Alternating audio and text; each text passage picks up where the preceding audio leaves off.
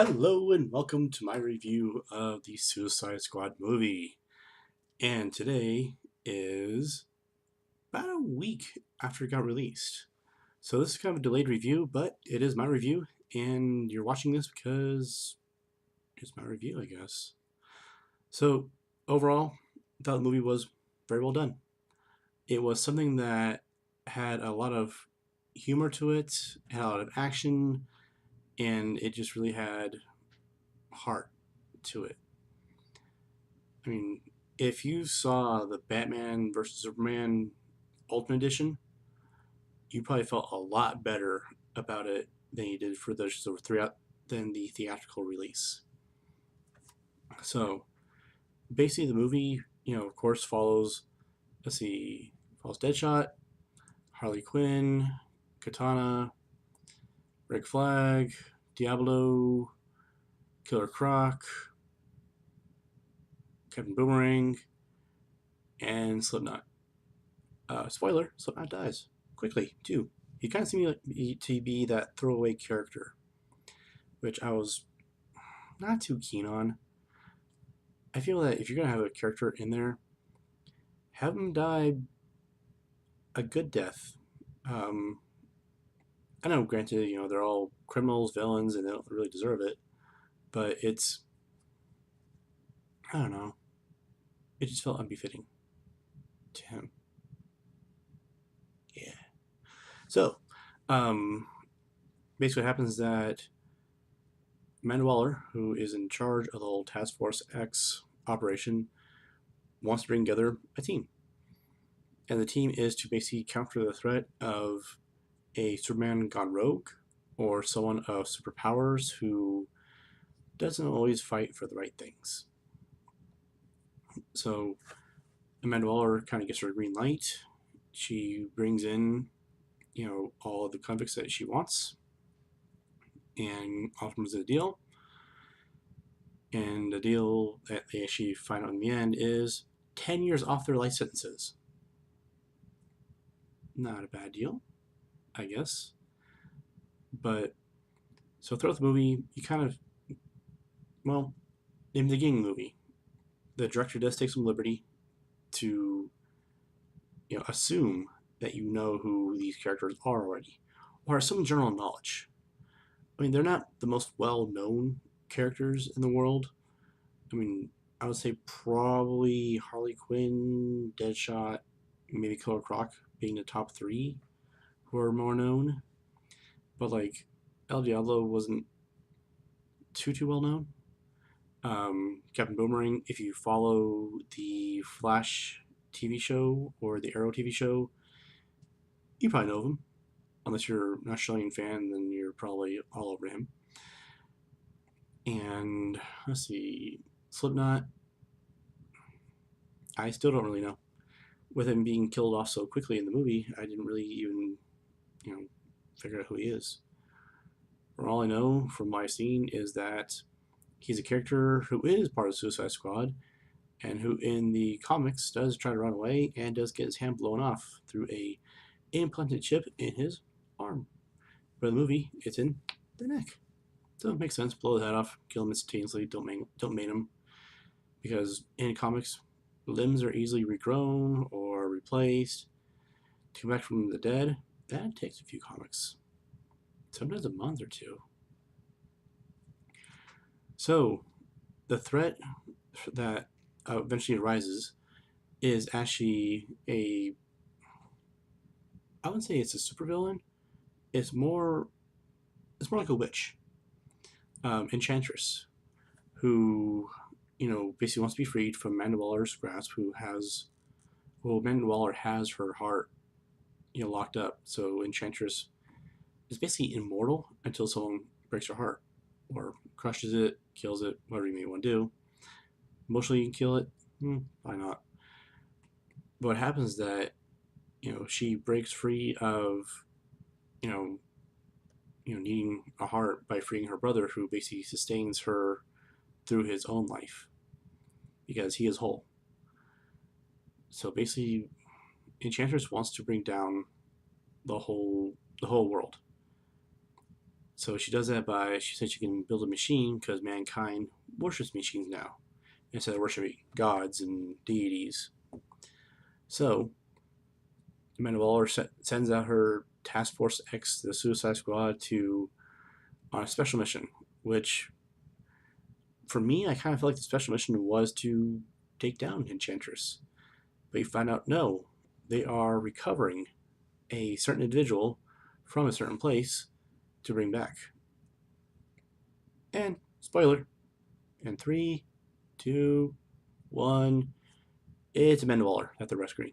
She is trapped in a tower right by where Enchantress is casting her spell to build her machine.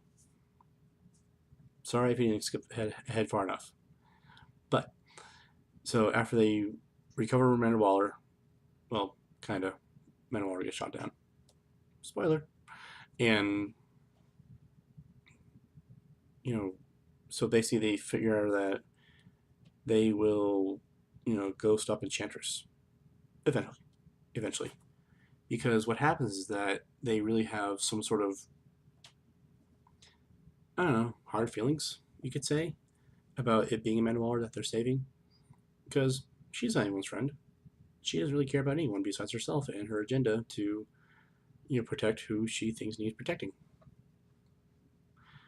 So after some one of those, oh, why the hell not moments, they go after Enchantress, who basically offers them a bargain, saying, hey, kneel before me, join me, and you can be with me in the new world.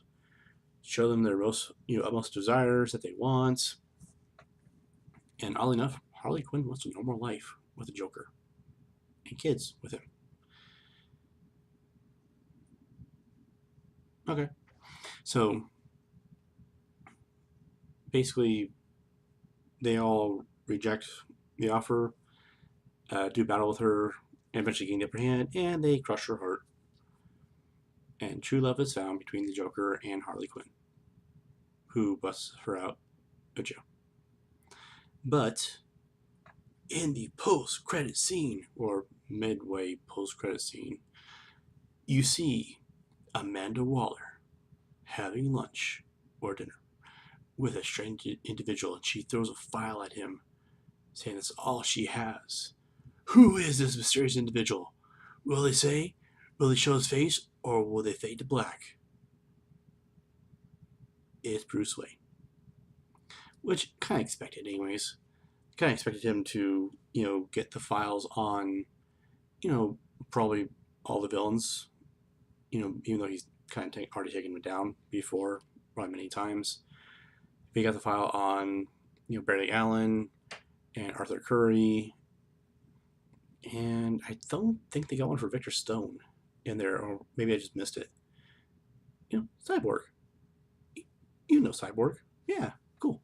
Okay, so just want you to know on that. So, my overall thoughts, good movie. I'd recommend it.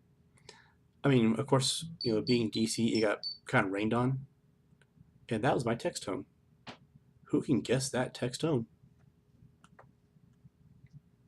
You're probably right. So, basically, I would say that the movie overall was fun. It was good. It did well, for the moviegoer. Of course, Rotten Tomatoes kind of threw it aside, saying that it's not that great. Yeah, go see it. Because even if you're not a comic book fan, it's still a fun, action-packed ride, and, it's a good time. So go see it. If you haven't seen it, go see it. I would like to see some life brought into the DC universe, because I know they're hurting and they're suffering, but they need the help, and I think they're in the right direction. I think with Man of Steel, that was a good platform to start with. Batman v Superman Ultimate Edition was a good building block with Suicide Squad. I think the whole framework has come together, and then I believe this year or next year we're getting Justice League Part 1, which I'm looking forward to. I thought that, Ben Affleck as Batman and Henry Cavill as Superman had a good chemistry together on screen in Batman v Superman. When they were fighting, spoiler, Doomsday with Wonder Woman, who I kind of felt stole that whole fight scene. She rocked it. Um, so I feel Justice League will get them to where they need to go. They will, build this up. And I'm glad that DC is taking more of the mature path on this. With Marvel, it is a family friendly kind of movie, which I have no beef against. I believe that Marvel's doing a phenomenal job with all their stuff, but the whole Marvel DC debate will be another video if I come back to doing videos, because my face is not much seen. But all in all, go see it. For other movie reviews, you can go see, all my reviews or read them at itcomesfrommymind.com. I've posted on there quite often, and so you should go check it out. Until then, I'll see you later. Good night, or good morning, or good day. Good time.